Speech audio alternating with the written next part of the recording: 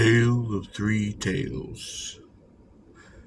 Down in Honduras, there is a town called Pueblo de Camilcan, which is not much of a town after all. There is only one street in it, and the houses are like big beehives that have been squared up, and the roofs are of straw. There is no sidewalk, no roadway, and the houses are unfenced, so that you step from the room into the sandy street, and because of the heat, when you are inside, you wish that you were out, and when you are outside, you wish that you were in. So the children of the place spend much time down upon the little river. At least they did when I was there. I rode there on a donkey, and the day being hot, I let the animal graze or sleep or think or dream, or work out his problems, or whatever it is that a donkey does with his spare time. And I watched the children play in the water. There was one, a little baby, just able to toddle around, who crawled down to the water's edge, rolled in, and swam about like a little dog, much as the babies of Tierra del Fuego would swim in the icy waters of the far south. He came out on my side of the water, as lively as a grig, smiling every bit as friendly as any other little chap of his age, white, brown, or yellow. I stayed there that night because the day did not get cool, and in any of the evening the people sat outside of their homes and played the guitar and sang. Now I had with me a little musical instrument like a tiny organ, which I brought in fans, and it was so compact and handy that I could carry it everywhere as easily as I could carry a blanket. In fact, I used to ride with it behind my saddle, wrapped up upon my bedding. Well, as the people seemed to like their music, I brought out mine, so we had a very jolly little concert, in spite of my poor voice, which they politely pretended not to notice. Then later, from curiosity, the children came about me, and to amuse them as well as myself, having done so badly at the singing, I did a few tricks with wads of rolled paper and a couple of tin cups, and the little boy who had swam across the pan laughed as loudly as anyone there. That did please his father mightily, so much indeed that he brought me a cup of goat's milk and some cassava bread, and told me that I was a fine fellow. To please me further, he sang a very, very long song. It was all about the parrot and the wonderful things it did, a parrot that had lived long among people and had learned their songs, and when the bird flew back to the forest, it still sang, and so well that all the other parrots in the forest learned to sing the song from beginning to end. But what was curious was that at the end of every verse there was this line, and the rat had a tail like a horse. So when he had done, I asked him about that, for all the rats I had seen had tails which were very far from beautiful, according to my notion. The man listened gravely, then said, "But certainly, once the rat had a tail like a horse." "When was that?" I asked. "Oh, when the rabbit had a tail like a cat," he said. "Oh, but I am still puzzled. Was it long ago?" "Well, it was when the deer's tail was plumed, like the tail of a dog," he told me. As we talked, a kind of polite silence was upon all the people gathered about us. Then a very, very old woman, who was smoking a cigar, nodded her head and said, "But Tio Ravina is right. It was in the days of Hunbats, who lived on beetles and spiders. And I heard it from my mother's mother, and she from the mother of her mother."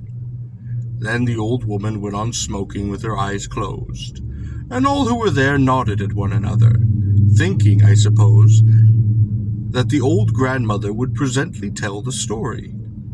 But of course, they who knew her well were wiser than to ask her to tell the tale of three tales, so everyone politely waited. Presently a little girl gave the old grandmother a piece of sugar, and asked, was it 2 brothers or 3 who had to clear the great forest? I am not sure. At that the little old lady's eyes were bright, and she threw away her cigar, and said, 2 brothers, that I have told you before. After a little sigh, which was only pretending that she was aweary of telling the tale, she then spoke. You know that I have told it to you before, and it is wrong that I should have to tell it so often. But you see this. So saying, she took from her bosom, where she had it fastened to a silk thread, a small piece of jade, and let us see it. It was obviously broken from a larger piece, but we could make it out on a carving, which I saw to be a deer, with a tail like a sheepdog's. We passed it about, and every one looked at it carefully, although certainly all of them must have seen it time and time again. And when it came to the old grandmother again, she replaced it, and told us the tale of 3 tales, just as I have written it here. Once, long ago, the rat had a beautiful tail like a horse, with long, sweeping hairs. Though it was before my time of life. It was in the days of old Hunbats, when he was a wizard who lived in the dark of the great forest that used to be on the other side of the big river. In those days things were not as now, and animals were quite different. Some were larger, some were smaller. The deer, as you have seen upon the stone I showed you, had a tail like a dog, and the rabbit's tail was very long and furry, like the tail of a cat. Now in that land there was a hunter, with whom neither lasso nor arrow ever failed, and he had 2 sons, beautiful to look at and brave of heart. They were stout and quick of foot. Not only did the brothers work better than any man had ever worked, but they could play ball, and they could sing, throwing the ball higher than birds could even fly, and sing in a way that brought the wild things out to hear them. Nor was there living creature able to run as swiftly as these 2 brothers. The birds alone could outrace them. The brothers being grown, and their father thought that it was time for them to make a home for themselves. So he chose a place on the farther side of the forest, and told them to clear it, which he said could be done in 7 days. It was no little forest, you must remember, but a vast place, where sunlight never pierced, and the roots of the trees were like great ropes. A jungle that stretched for miles and miles, and the tangle in it was so thick that a monkey could barely get through without squeezing. Deep in the forest there was a blackness, like the very blackness of night. The trunks of the trees were so large that 3 men holding hands could not circle them, and where there were no trees there were vines, and snake-like lianas, and thorn bushes, and flowers so great and large that a man could lie down to sleep upon the shade of them. The first day the brothers took a great space, piling the trees at one corner, clearing the tangle and leaving all as smooth as the water of a lake. They sang as they worked, and they sang as they rested in the heat of the day, and the organ bird and the flute bird answered them from the gold-green shade. So pleasant was their music that the old iguana, though he was as big as a man, came from his resting place in the trees to listen. Seeing how things were going, old Hunbats in the dark of the forest grew very angry, fearing that his hiding place would soon dwindle and vanish. So he went to the great grey owl, his friend, and they talked the matter over between them. The owl told Hunbats that he must set the father's heart against the brothers, telling him that the boys were lazy, and instead of working spent their time in playing with the ball and in singing. "Go," said the owl, "to their father, and when he asks how the lads fare with their work, say to them, they sing and they play for half of the day. It may fall out that he will grow angry and cut off their heads, and thus the forest will again be safe for us." That seemed to the wizard to be quite good advice, and before the close of the day's work, old Hunbats, who could fly by flapping his hands in a certain way like a swimmer, cast himself into the air, and flew with great swiftness to the place where the father did live. But he took care to dress himself like a woodman. "Well met," said the father, Seeing Woonbats, but thinking him no wizard, of course. "From where do you come?" "Oh, from the other side of the forest," was the reply. "Oh, then perhaps you saw my 2 sons, who are clearing the forest," said the father. Oh, I did," said Woonbats. "And how are the boys doing?" asked the father. At that, old Woonbats shook his head sadly, and answered, as the owl had told him to, "They sing and they play for half of the day." That, you know, was quite untrue, for while they did sing, there was no stopping of work. And as for the play, it is true that they threw the ball from one to the other, but so clever were they that one would throw the ball so high that it would take hours and hours before it would even come down again. And of course, while it was in the air, the brothers continued with their work. "I would cut off their heads to teach them a lesson," said Woonbats, "if they were sons of mine."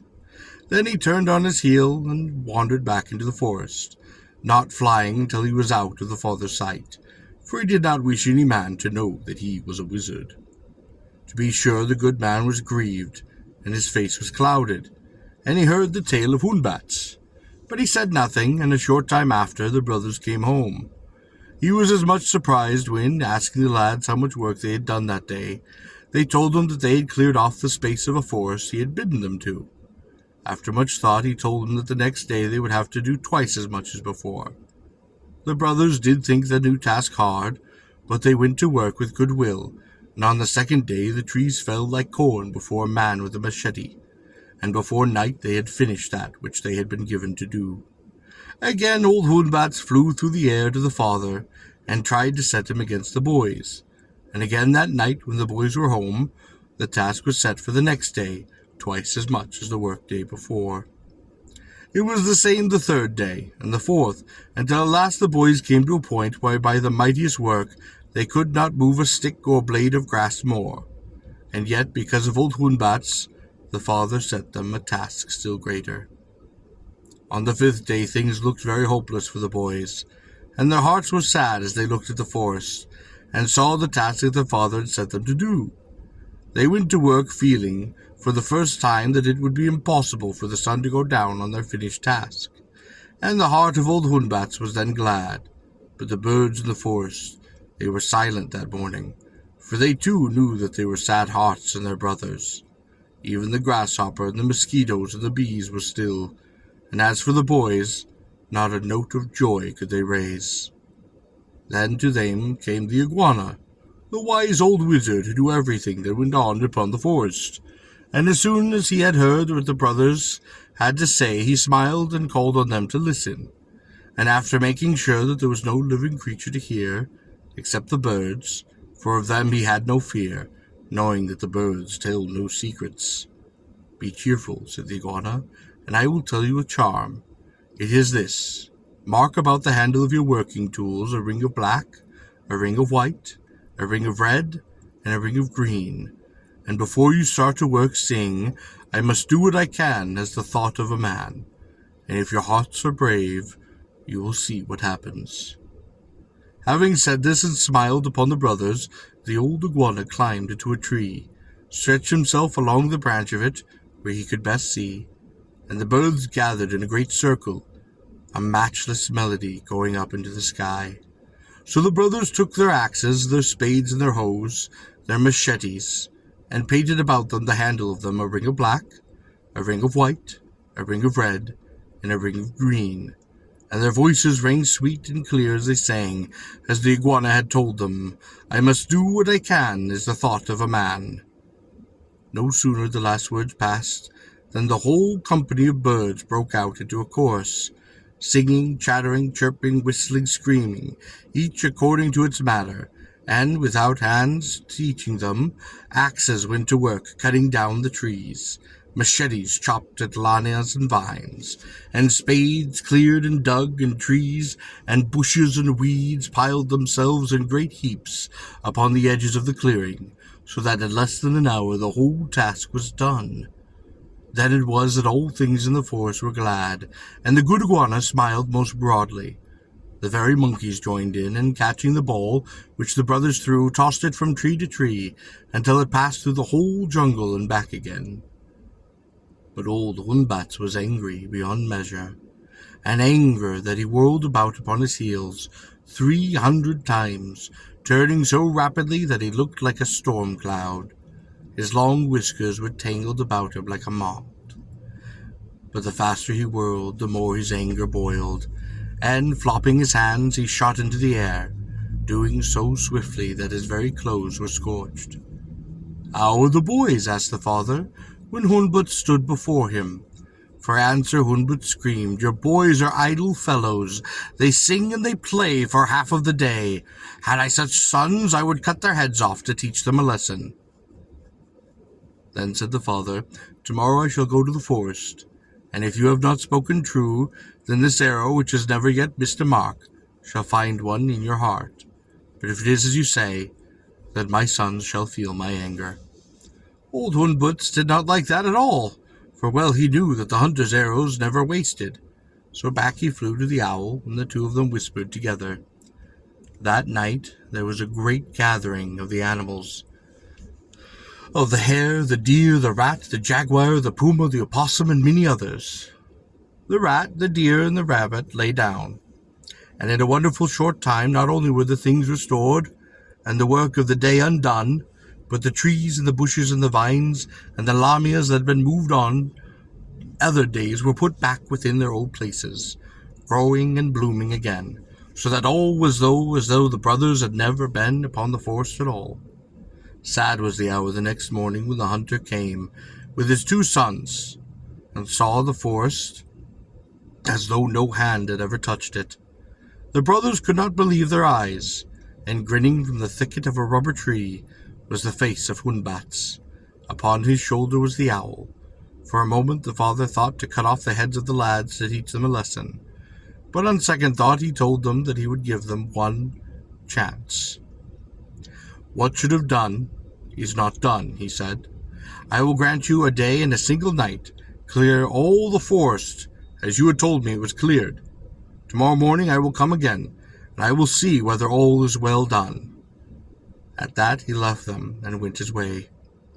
No sooner had he gone than the two brothers went to see the iguana, who told them of the witchery of the owl and Hunbats, and bade them to act as before. So they made the ring about the handles of their working tools once more, and they sang most loudly, "I must do what I can is the thought of a man." And, as on the day before, axes, machetes, and spades went on to work, and in a short time all the forest was cleared again. Then the iguana told the brothers of the evil that Hunbats had done, and bade them to set traps and keep watch that night. So 3 traps were made and set, and when night fell, from all parts of the forest there came animals, led by the rat, the deer, and the rabbit. Old Hunbats and the owl watched from the dark caves of the leaves. No sooner had the first 3 animals stepped into the clearing than they were caught fast within their traps, whereupon the rest of the animals did turn and fled. Then the brothers rushed to the traps. The rabbit did gave a great jump when he felt the jaws close upon his beautiful cat-like tail, but it was chopped off quite close to his body. The deer, with his tail like a plume, fared no better, so both deer and rabbit fled to the woods ashamed, and as you see for yourself, have had no tails ever since. As for the rat, he was far too wise to jump as the rabbit and the deer had done, but seeing the brothers coming, he pulled and pulled and pulled, so that all of that beautiful hair was stripped, leaving him with but a bare and ugly thing of tail, as you now see today. The next morning, when the hunter-father came, there was the forest cleared, and all the good order as the boys had said. So he sought out old Hunbats, who flapped his hands and flew so very far from fear. But so fast he went that his clothes began to burn off, and his skin was baked into a hard crust by the great heat, and he fell to the earth, and so became what is now called an armadillo. As for the 2 brothers, they lived very happily for many, many years, and the things went well with them, and the land they lived on was a land of good harvest, and of many fruit trees. So now you know the tale of the 3 tails, and if you do not believe it, go and look at the rat, look at the deer, and look at the rabbit, and look at the armadillo, and see for yourself that what I have said is true.